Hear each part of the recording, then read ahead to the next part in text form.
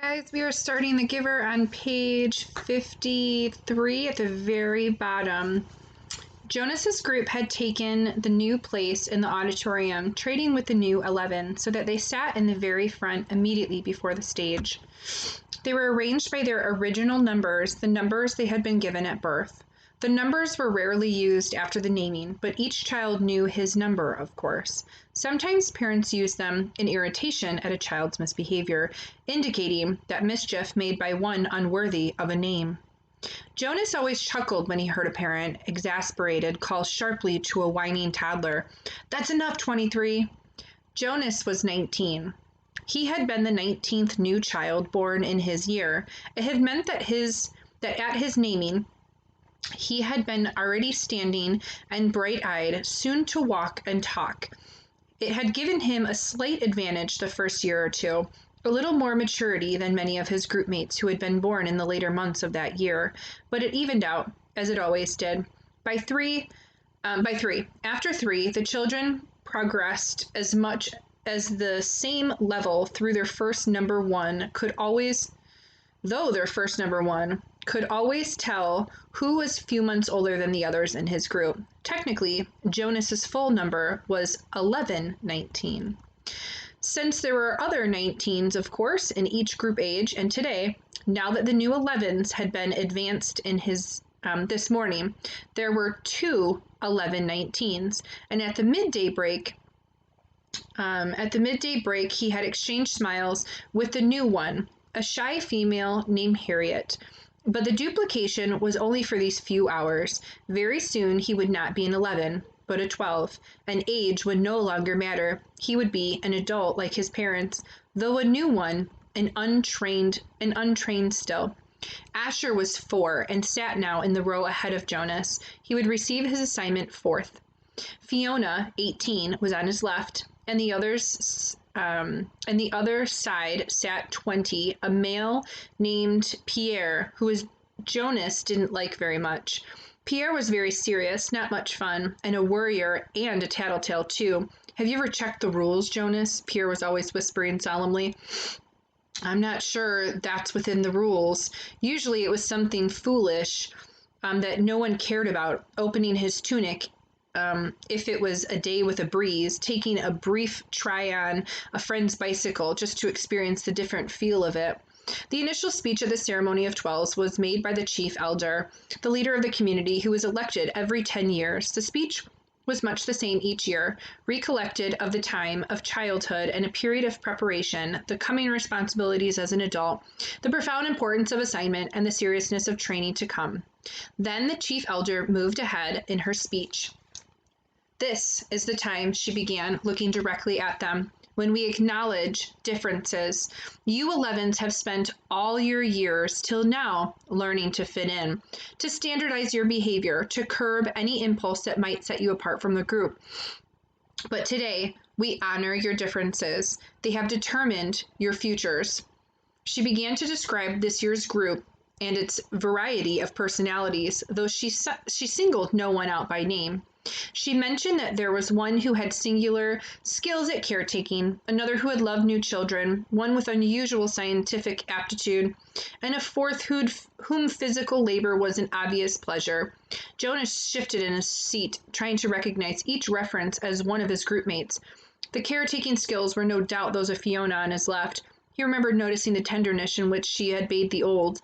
Probably one with a scientific aptitude was Benjamin, the male who had devised new important equipment for the rehabilitation center. He heard nothing that he recognized as himself, Jonas. Finally, the chief elder paid tribute to the hard work of her committee, to which had performed the observation so meticulously all year. The committee of elders stood and was acknowledged by applause. Jonas noticed Asher yawned slightly, covering his mouth politely with his hand. Then, at last, the chief elder called number one to the stage, and assignments began. Each announcement was lengthy, accompanied by a speech directed to the new 12. Jonas tried to pay attention as one, smiling happily, received her assignment. as fish hatchery attendant, along with words of praise for her childhood spent doing many volunteer hours there and her obvious interest in the important process of providing nourishment for the community. Number one, her name was Madeline, returned finally amidst applause to her seat, wearing her new badge that designated her fish hatchery attendant. Jonas was certainly glad that that assignment was taken. He wouldn't have wanted it, but he gave Madeline a smile of congratulations. When a female named Inger, received her assignment as birth mother, Jonas remembered that his mother had called it a job without honor, but he thought that the committee had chosen well. Inger was a nice girl, though somewhat lazy, and her body was strong. She would enjoy the 3 years of being pampered that would follow by her brief training, and she would give birth easily and well, and the task of laborer that would follow would use her strength, keep her healthy, and impose self-discipline. Inger was smiling when she resumed to her seat.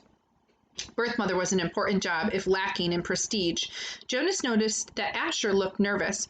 He kept turning his head and glancing back at Jonas until the group leader had given him a silent chastisement, a motion to sit still and face forward. 3. Isaac was given an assignment of instructor of sixes, which obviously pleased him, and well deserved. Now there were 3 assignments gone, none of them the ones that Jonas would have liked. Not that he could have been a birth mother anyway, he realized with amusement. He tried to sort through the list in his mind, the possible assignments that remained, but there were so many he gave it up. And anyway, now was Asher's turn. He paid strict attention to his friend as he went to the stage and stood self-consciously beside the chief elder. All of us in the community know and enjoy Asher, the chief elder began. Asher grinned and scratched one leg with the other foot. The audience chuckled softly. When the committee began to consider Asher's assignment, she went on, there were some possibilities that were immediately discarded, some that would clearly not have been right for Asher. For example, she said, smiling, we did not consider for an instant designated Asher for the instructor of threes. The audience howled with laughter. Asher laughed too, looking sheepish, but pleased at the special attention. The instructors of threes were in charge of acquisition of correct language. In fact, the chief elder continued, chuckling for a little herself, we even gave a little thought to some retroactive chastisements for the one who had been Asher's instructor of threes for so long. At the meeting where Asher was discussed, we retold many of the stories that we all remembered from his days of language acquisition. Especially, she said, chuckling, the difference between snack and smack. Remember, Asher? Asher nodded ruefully, and the audience laughed aloud. Jonas did too. He remembered, though he had only been a 3 at the time himself. The punishment used for small children was a regulated system of smacks with a discipline wand, a thin, flexible weapon that stung painfully when it was wielded. The child care specialists were trained very carefully in the discipline methods. A quick smack across the hand for a bit of a minor misbehavior. 3 sharper smacks on bare legs for a second offense. Poor Asher, who always talked too fast and mixed up words, even as a toddler. As a 3, eager for his juice and crackers at snack time. One day he said smack instead of snack as he stood waiting in line for the morning treat. Jonas remembered it clearly. He could see little Asher wiggling with impatience in line. He remembered the cheerful voice call out, I want my smack! The other 3s, including Jonas, had laughed nervously. Snack, they corrected. You mean snack, Asher? But the mistake had been made. The precision of language was one of the most important tasks of small children. Asher had asked for a smack. The discipline wand in the hand of the child care worker whistled as it came down across Asher's hand. Asher whimpered, cringed, and corrected himself instantly. Snack, he whispered. But the next morning he had done it again, and again the following week. He couldn't seem to stop, though for each lapse in discipline, the discipline wand came again, escalating to a series of painful lashes that left marks on Asher's legs. Eventually, for a period of time, Asher stopped talking altogether when he was a 3. For a while, the chief elder said, relating the story, we had a silent Asher, but he learned.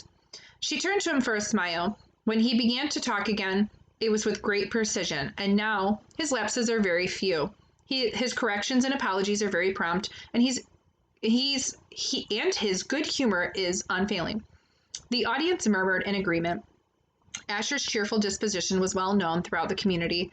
Asher, she lifted her voice to make an official announcement, we have given you the assignment of Assistant Director of Recreation. She clipped on his new badge and he stood beside her, beaming. Then he turned and left the stage as the audience cheered. When he had taken his seat again, the chief elder looked down at him and said the words that she said now 4 times and would say to each new 12. Somehow she gave it a special meaning for each of them. Asher, she said, thank you for your childhood. The assignments continued, and Jonas watched and listened, relieved now by the wonderful assignment that his best friend had been given. But he was more and more apprehensive as his own approached. Now the new 12s in a row ahead all had received their badges. They were fingering them as they sat, and Jonas knew that for each one was thinking about the training that lay ahead. For some, one studious male had been selected as doctor, a female as engineer, and another law and justice. It would be years of hard work and study. Others, like laborers and birth mothers, would have a much shorter training period. 18, Fiona, on his left, was called. Jonas knew she must be nervous, but Fiona was a calm female. She had just been sitting quietly, serenely throughout the ceremony. Even the applause, though enthusiastic, seemed serene when Fiona was given the important assignment of caretaker of the old. It was perfect for such a sensitive, gentle girl, and her smile was satisfied and pleased when she took her seat beside him again. Jonas prepared himself to walk to the stage when the applause ended and the chief elder picked up the next folder and looked down at the group to call for the next new 12. He was calm now that his turn had come. He took a deep breath and smoothed his hair with his hand. 20, he heard the voice say clearly. Pierre. She skipped me, Jonas thought, stunned. Had he heard wrong? No, there was a sudden hush in the crowd, and he knew that the entire community realized the chief elder had moved from 18 to 20, leaving a gap. On his right, Pierre, with a startled look, rose from his seat and moved to the stage. A mistake. She made a mistake. But Jonas knew, even as he had, the thought that she hadn't. The chief elder made no mistakes, not at the ceremony of 12. He felt dizzy. He couldn't focus his attention. He didn't hear what the assignment Pierre received, and he was only dimly aware of the applause as the boy returned wearing his new badge. Then 21, 22. The numbers continued in order. Jonas sat dazed as they moved onto the 30s and then 40s, nearing the end. Each time, at each announcement, his heart jumped for a moment, and he thought wild thoughts. Perhaps now she would call his name. Could he have forgotten his own number? No. He had always been 19. He was sitting in the seat marked 19. She had skipped him. He saw the others in his group glance at him, embarrassed, and then avert their eyes quickly. He saw a worried look on the face of his group leader. He hunched his shoulders and tried to make himself smaller in the seat. He wanted to disappear, to fade away, not to exist. He didn't dare turn to find his parents in the crowd. He couldn't bear to see their faces darkened with shame. Jonas bowed his head and searched through his mind what he had done wrong. The audience was clearly ill at ease. They applauded at the final assignment, but the applause was piecemeal, no longer a crescendo of united enthusiasm. There were murmurs of confusion. Jonas moved his hands together, clapping, but it was an automatic, meaningless gesture that he wasn't even aware of. His mind had shut out all of the earlier emotions, the anticipation, excitement, pride, even his happy kinship with his friends. Now he felt only humiliation and terror. The chief elder waited until the uneasy applause subsided. Then she spoke again. I know, she said in her vibrant, gracious voice, that you all are concerned, that you feel I have made a mistake. She smiled. The community, relieved from the discomfort very slightly by her benign statement, seemed to breathe more easily. It was very silent. Jonas looked up. I have caused you anxiety, she said. I apologize to my community. Her voice flowed over the assembled crowd. We accept your apology, they all uttered together. Jonas, she said, looking down at him, I apologize to you in particular. I caused you anguish. I accept your apology, Jonas replied shakily. Please come to the stage now. Earlier that day, dressing in his own dwelling, he had practiced the kind of jaunty, self-assured walk that he hoped he could make to the stage when his turn came. All of that was forgotten now. He simply willed himself to stand, to move his feet that felt weighted and clumsy, to go forward up the steps across the platform until he stood at her side. Reassuringly, she placed her arm across his tense shoulders. Jonas has not been assigned, she informed the crowd, and his heart sank. She went on, though. Jonas has been selected. He blinked. What did that mean? He felt collective, questioning stir from the audience. They too were puzzled. In a firm, commanding voice, she announced, Jonas has been selected to be our next receiver of memory. Then he heard the gasp of the sudden intake breath drawn sharply in astonishment by each of the seated citizens. He saw their faces and eyes, the eyes widen in awe, and he stood and he still did not understand. Such a selection is very, very rare, the chief elder told the audience. Our community has only one receiver. It is he who trains his successor. We have had our current receiver for a very long time, she went on. Jonas followed her eyes and saw that she was looking at one of the elders. The committee of elders was sitting together in a group, and the chief elder's eyes were now on one who sat in the midst, but seemed oddly separate from them. It was a man Jonas had never noticed before, a bearded man with pale eyes. He was watching Jonas intently.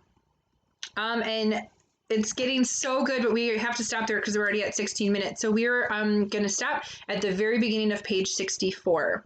I will see you guys tomorrow.